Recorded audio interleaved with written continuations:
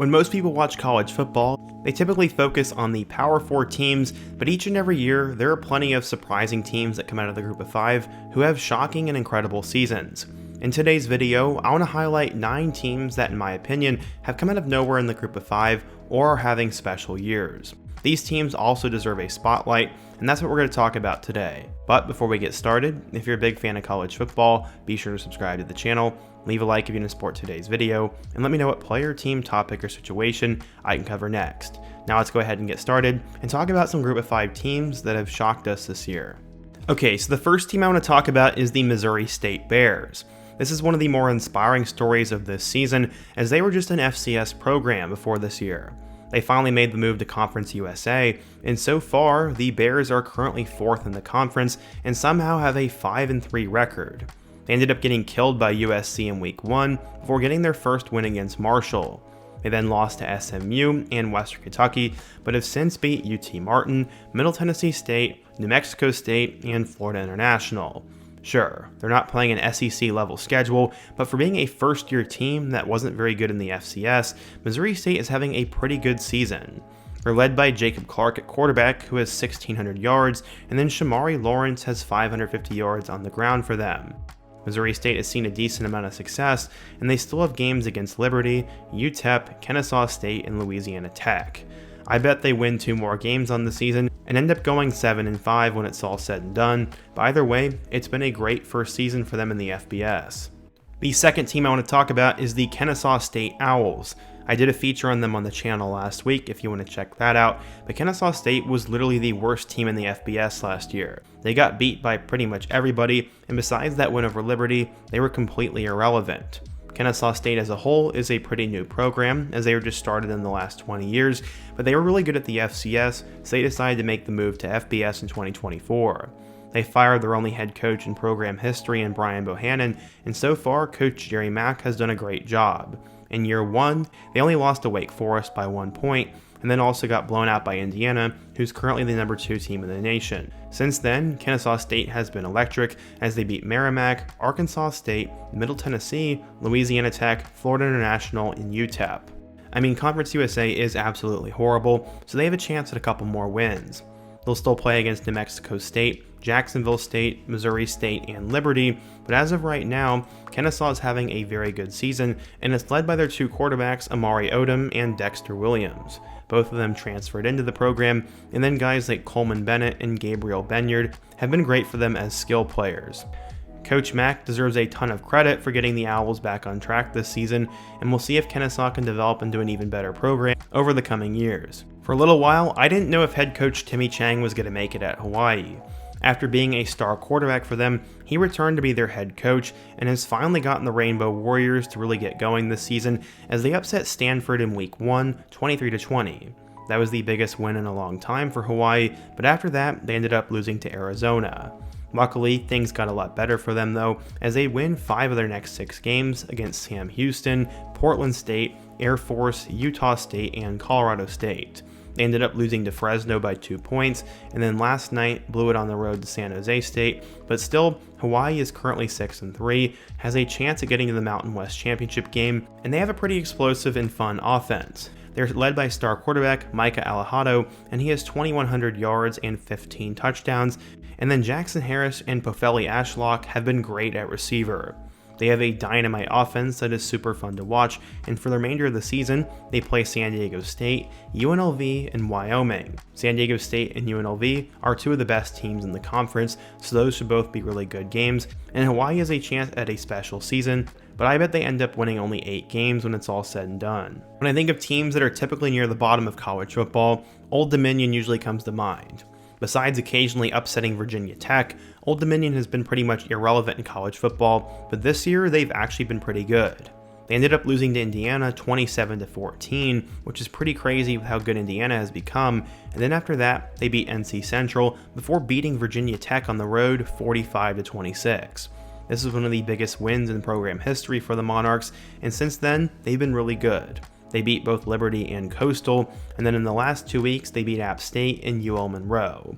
Unfortunately, they did get beat on the road by both Marshall and James Madison, and the game against JMU was not very close, but Old Dominion is 6-3 and currently tied for third in the Sun Belt.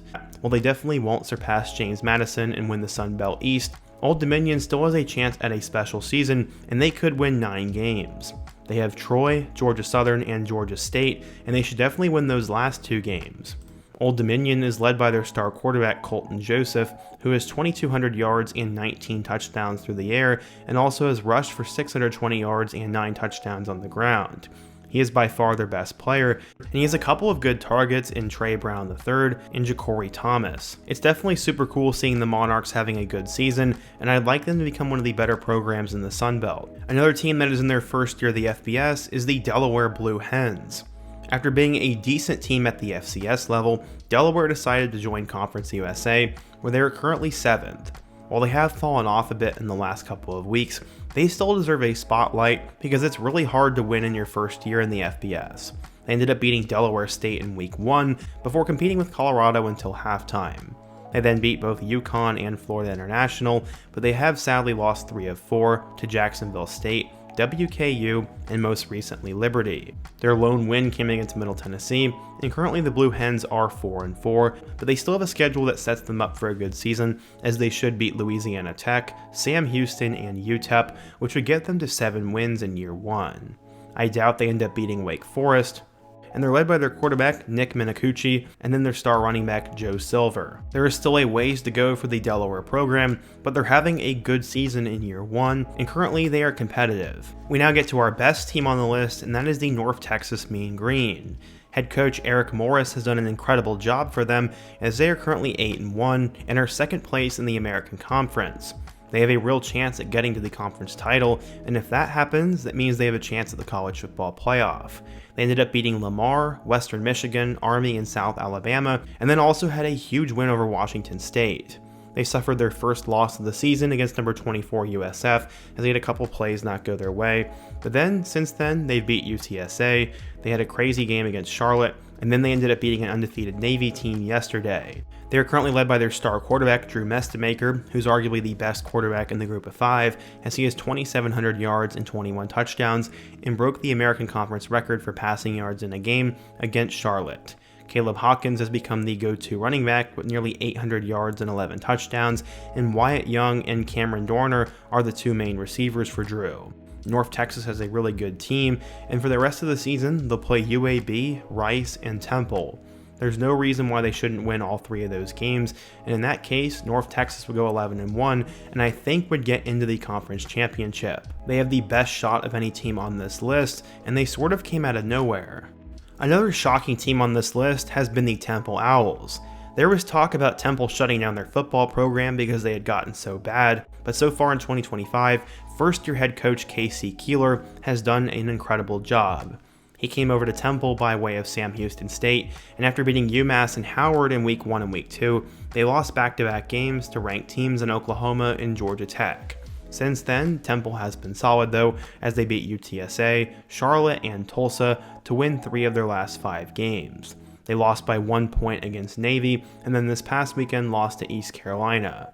Currently, Temple is sitting at 5-4, and they are in 7th place in the American, but from where they were the last couple of years, this is a major success for them. They do have a pretty difficult schedule to finish the season though, as they play against Army, and then will face off with Tulane in North Texas. The only game I think they win is that game against Army, but that would be good enough to get them to 6 wins, which would get them bowl eligible in year 1, which would be unbelievable. Temple is led by their quarterback Evan Simon, and former Sam Houston and Memphis running back Jay Ducker has become their go-to running back. The Temple story is a great one, and I do really hope they end up making a bowl game and continue to make strides as a program. For our second to last team, we need to talk about the Troy Trojans. Troy has been one of the better Group of 5 programs in the last couple of years, and they are currently 6-3 and are 2nd in the Sun Belt West. They started out the season with a win over Nichols before it looked like they were going to potentially upset Clemson. They ended up losing 27-16. They would then lose to Memphis, who is now the best team in the American, and have rallied off wins in 5 of their last 6 games. They beat Buffalo, South Alabama, Texas State, UL Monroe, Louisiana, and then most recently lost to Arkansas State. The Red Wolves are one of the weirdest teams that seem to be really good one week and then really bad the other, but Troy is currently 6-3, and they're having a pretty good season. They're led by quarterback Tucker Kilcrease, who has 1,400 yards and 9 touchdowns, and then Tay Meadows has become their #1 running back. Troy isn't the most explosive team in the world, but they've been getting the job done, and they have games against Old Dominion, Georgia State, and Southern Miss to finish the season.